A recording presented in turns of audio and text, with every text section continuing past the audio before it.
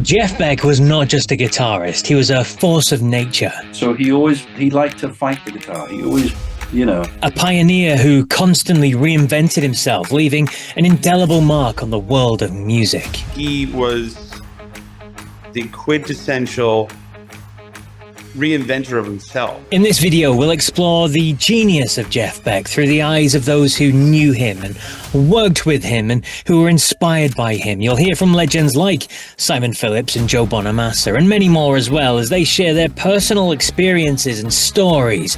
But first, let's dive into what made Jeff Beck truly one of a kind. Jeff Beck had such a unique lyrical, it was like a conversation. Give him a melody line and have him and 1,000 other guitar players play it. There's Jeff. I mean, you could pick him out every time. He was the king of the Strat.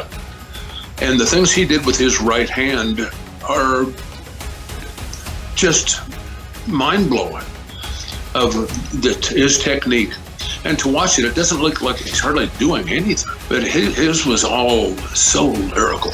Yeah. It was just like somebody singing softly in your ear and then ripping your head off the next moment. And Rich Williams' description of Jeff Beck's playing as a conversation is perfect. Jeff didn't just play notes, he told stories. His guitar spoke to you, it drew you in and left you hanging on every note. But Jeff wasn't just a great guitarist, he was also a crucial part of one of the most influential bands of the 60s, as his bandmate, Jim McCarty from the Yardbirds, recalls. We asked Jimmy Page, first of all, if he would join, because he used to come and see us sometimes. And he always used to like the band, and he said, "Well, I'm doing a lot of sessions, and I'm quite happy doing that. But why don't you try my understudy, who does some sessions for me, Jeff Beck?" So we tried him, and he was immediately a success. He was different to Eric. He was very sort of rough and ready compared to Eric. Very, tailored and everything. And he sort of had this really long hair, and it was covered in sort of grease and oil from one of his cars who'd been underneath it, tampering with it. But what a great player, and he played a variety of styles, and it really suited us, and it suited us for going forward. And another man who worked closely with Jeff over the years was drummer Simon Phillips. Simon has worked with some of the greatest guitarists out there. So where does he rank Jeff? I really have been lucky to work with some of the best guitarists in the world. Well, all I can say is their heroes are Jeff. Their hero was always Jeff. That's the thing, no matter how good they were, and they were fantastic, with our fantastic Joe Satriani, Steve Lukather. But you talked about Jeff, and they go, well, and I understand why. I worked very closely with Jeff for 2 years. In 1981, after There and Back, we were working on a project, and it was just the two of us. So we worked very closely, and, I used to be down at his house quite often, and we'd be watching TV in the living room, and he'd have his guitar. And a lot of this stuff that he started playing later, he was already experimenting with. You could just hear it, just the sound of the strings. Yeah, it was really quite amazing. And I remember in his music room, he had loads of guitars just resting up against the sofa. And then I used to pick up these guitars, and you'd have to wash your hands afterwards, because in the frets there was ingrained oil, motor oil, And he had a whole bunch of Ibanez guitars. They were and they were beautiful. I mean, I'm not a guitar player, but I was trying to kind of get him. I said, Jeff, why don't you use these guitars? And he'd say, they're too easy to play. I like a hard guitar to play. He was frightened that if he got used to playing guitar that was too easy to play, he'd lose his technique.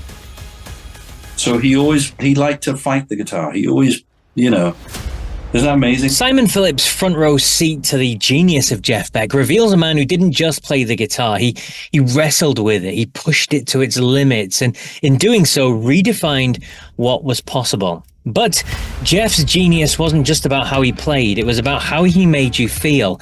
And that emotional connection is something that former Whitesnake and Dio guitarist Doug Aldrich experienced deeply. Blow by Blow is probably, it might be his best solo record ever. They're all amazing, but that was done in 1975. So around that time, I got into it, and it just took my heart, man. The feel that he got on that record, and I just, you could really hear his expression on that. It just really hit me deep. It's a testament to how Jeff's music could touch the soul of anyone who listened. And if you love classic rock and the stories of the legends that made the greatest music of all time, then make sure to subscribe to VRP Rocks for more interviews with the legends. Now back to Jeff Beck. His brilliance was also in his ability to constantly evolve and seek out the new. And that's a quality that Joe Bonamassa highlighted to me when we spoke, and as he reflected on the legend. He was the quintessential reinventor of himself. And, if you look at his playing in the 60s and look at his playing in the 70s and 80s and 90s and early 2000s, it was incredible to watch him reinvent things and come up with stuff that nobody thought of before. And he would do it every decade, every 5 years. He'd be like, I wish, and he was the quintessential, I wish I thought of that guy. There's not many people like him. I think as far as his playing, he was peerless. Especially in rock. If you look at all the icons, when pinned down about their favorite guitar players, either, people would say Jeff Beck all the time. But for someone so revered, so iconic, so beloved even amongst his peers, Jeff was famously a shy character. And we're going to hear from a man who played in another group with him, BBA, Beck, Bogert and Appice, a group that only came together thanks to Jeff being helped by Led Zeppelin's John Bonham. He wasn't very outgoing, a lot of people, but a little introverted, but a really nice guy. I loved Jeff. We were both into cars. We were all into cars. Mm-hmm. Him and Tim, and motorcycles. And Tim was motorcycle. Me and Jeff were cars. And, he was a great player. He loved me and Tim. And when the album came out, he had it mixed with Don Nix. And I said, man, why is the guitar so low? I want to hear the guitar. He goes, I want to hear you and Tim, But, we have a friendship that goes, way back to 1968 when we met him. And then we found out in 69 from John Bonham that Jeff wanted to play with me and Tim, because we did a gig in Long Island. It was a Jeff Beck group. It was a weird bill. Edwin Horgan Singers, Oh Happy Day. And then 10 years after, Jeff Beck group and Vanilla Fudge. And then when Jeff Beck group was on, Zeppelin went up and jammed with him right before we went on. And, come on, how do you follow that, And that's when we were on tour with them, and they were bigger. The album was gold, And that night, Jeff Beck, John Bonham said to me, he said, Jeff wants to play with you and Tim. Here's Jeff's number.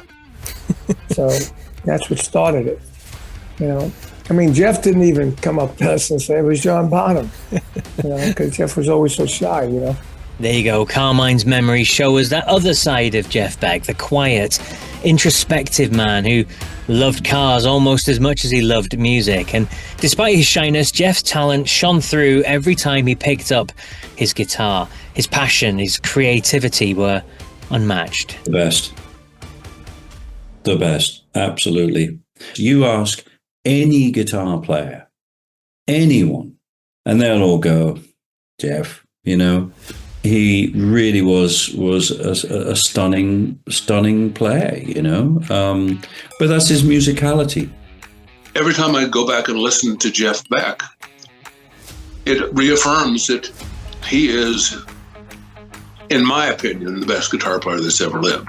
He was the best guitar player of all time. The genius of Jeff Beck was in his ability to continually surprise us, to push the boundaries of what was possible with a guitar, whether it was his unique playing style, his constant reinvention, or his quiet humility. Jeff Beck left an indelible mark on the world of music. His legacy will continue to inspire generations and music and fans alike. Be sure to like, share, and subscribe for more stories from the world of rock and roll.